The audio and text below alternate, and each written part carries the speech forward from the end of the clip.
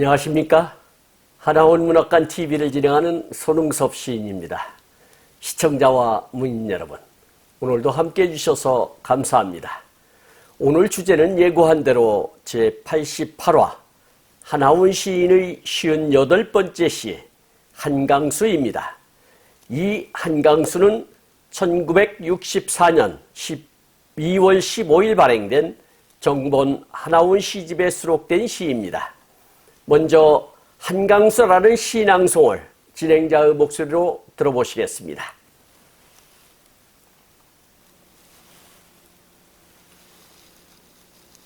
한강수 하나원 한 500년 한강수 서울을 흘러 노래보다는 헐벗은 어머니의 눈물이 많은 푸른 한강수 500년 5000년 종족도 없이 종족도 없이 흘러만 가 한가람 시도 없이 아직도 역사 바깥으로만 못다 흐른 물 천리 결에 흐르는 메마른 천리 물에 뜬 인생이라 강물은 흐른다 세월은 흐른다.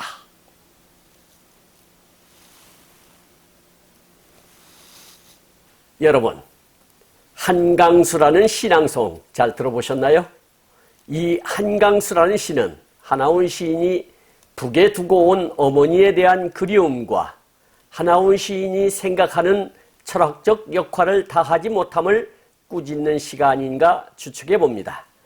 그의 자서전 나의 슬픈 반생기 168페이지 챕터 73 어머님의 임종편에 보면 다음과 같은 이야기가 있습니다. 어머니의 말씀을 추려보자면 이제는 내 병이 나았으니 너희들은 하루바삐 월남하여 살 길을 찾아라. 이 이상 여기에 있다는 것은 너희들에게는 너무나 큰 희생이다. 이 땅은 너희들을 죽음에 매장하는 이에는 아무것도 없을 것이다. 이 어미는 조상을 버리고 월남할 수는 없는 늙은이이고 또 너의 집의 맏며느리이니 내가 죽을 때까지 선산을 모시고 아버지 곁에서 죽겠다는 말씀을 하신다라고 기록하고 있습니다. 비록 어머니가 돌아가신 후 월남했지만 월남 이후로는 보고 싶어도 볼 수 없고 가고 싶어도 갈 수 없는 실향민이 되었다 보니 고향 땅 함흥을 가로지르던 호련천이 마치 한강과 흡사함을 느끼고 한강수라는 시를 읊지 않았을까 추측해 보는 것입니다. 그렇다면 연과 행간에 숨겨진 화자의 이야기를 엿보도록 하겠습니다. 일연을 보겠습니다. 한 500년 한강수 이렇게 노래를 하고 있습니다. 일행에서 한이란 글자의 뜻은 여러 가지로 해석이 가능하겠으나 여기서는 가슴속에 맺힌 한이라기보다는 대략이라는 뜻으로서의 한 100년쯤이나 한 1000년쯤이라고 쓸 때 붙이는 한이 아닐까 싶습니다. 그러니까 한양이 조선의 도읍지로 정해진 지 한 500년이 넘었으니 유구한 세월 동안 유유히 지켜온 한강수가 역사의 산 증인이라는 것을 도입한 것이라 하겠습니다. 이연을 보겠습니다. 서울을 흘러 이렇게 짧게 노래하고 있는데요. 한양이라는 본래의 이름에서 흘러 산천초목도 바뀌듯이 이름도 서울로 환골탈퇴하여 국제적인 도시로 변모하였다는 것을 노래한 것이겠지요. 사면을 보겠습니다.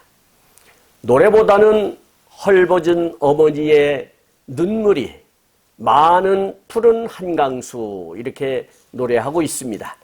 서울을 가로지르며 서울 시민의 젖줄이 된 한강수가 국제적인 아름다운 도시라는 칭송보다는 꿈에도 갈 수 없는 동토의 땅 북한에 묻고 온 헐벗은 어머니의 한 맺힌 피눈물처럼 보이는 것은 하나원 시인만의 느낌이 아닐 것입니다. 수백만에 이르는 실향민 모두의 가슴 아픈 사연이 아닐까 싶습니다. 사연을 보겠습니다. 500년, 5000년 이렇게 짧게 이야기를 하고 있는데요. 지나온 500년, 아니 5000년의 세월이 흐르고 또 다시 500년, 5000년이 흐른다 해도 한강수는 유유히 제 갈 길을 가고 있을 것입니다. 이렇게 해석이 되고 있습니다. 오열을 보겠습니다. 종족도 없이 종족도 없이 이렇게 연거푸 노래하고 있는데요. 세월은 사계절에 따라 잎이 돋고 꽃이 피고 결실을 맺고 낙엽 지듯이 다람쥐 쳇바퀴 돌듯 종족도 없이 계속될 것입니다. 이런 뜻이 되겠습니다. 유견을 보겠습니다. 흘러만 가 이렇게 노래하고 있습니다. 여러 지류에서 흘러든 물들이 꼬리에 꼬리를 물고 흘러만 갈 것입니다. 이렇게 풀이가 되고 있습니다. 칠연을 보겠습니다. 한가람 시도 없이 아직도 역사 바깥으로만 이렇게 노래하고 있는데요.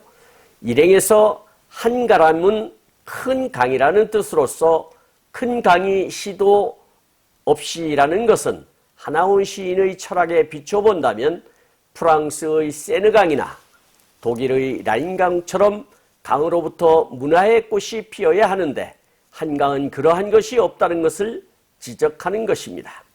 하나원 시인의 수필 중에 1966년 3월 30일 공론 제2수필집에 수록된 흑전쟁 2라는 수필이 있는데 부제로는 물전쟁이라고 하는데 그 수필의 일부를 인용하자면 다음과 같습니다. 라인강, 다뉴브강의 수말리 흐르는 잔강과 또는 고대 문명 발상을 촉구한 수많은 대한은 위대한 문학, 음악, 회화를 창작해 하였으며 특히 불후의 민족문학의 대표적 걸작은 강 이름을 붙였다. 예를 들자면 소련 작가 체흐브의 고요한 동강, 강과 강물은 한 나라의 민족을 살리고 기르며 대하는 위대한 민족을 창조하는 구실을 한 것 같다. 아, 물, 이라 감탄사를 연발하면서 아무르강 강가에서 위대한 백의민족 비약의 대업을 꿈꾸며 북만주로 이동하던 우리 고구려 선인들이 그 물하던 강은 바로 흑룡강이며 아시아 북부 판도에 반용하듯 한데 단결을 모르고 안이만에 퇴조하여 남아한 백의민족은 압록강에서 옹졸하게 영양실조가 되어 위촉되고 말았다.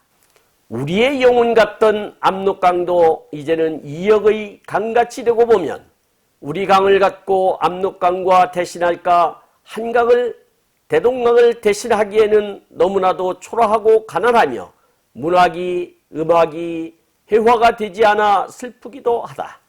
남들은 라인강의 기적이라 하지만 일조일석에 되는 것이 아니니라.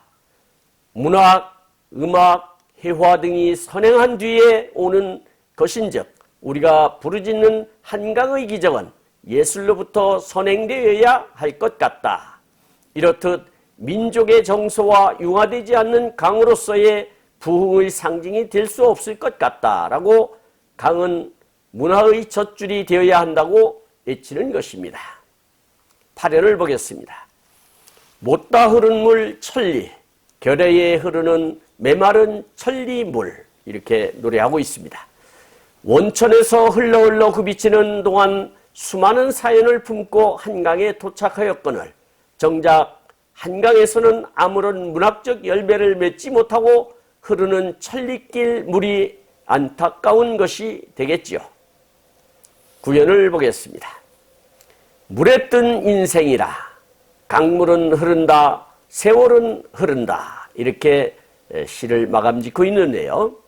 부평초같이 두둥실 떠돌다가 물살에 떠밀려 사라지는 듯한 화자를 질책하는 것이라 하겠습니다. 세상의 질시를 이겨내고 나보다 더 어려운 이웃을 위하여 한 세상을 살다 가신 하나원 시인도 자신을 부평초에 비교하여 자책하는 것을 보면서 작아지는 나를 발견하게 됩니다. 우리도 다시 한번 우리의 삶을 뒤돌아보았으면 좋겠습니다. 지금까지 함께하신 시청자와 문인 여러분 감사합니다.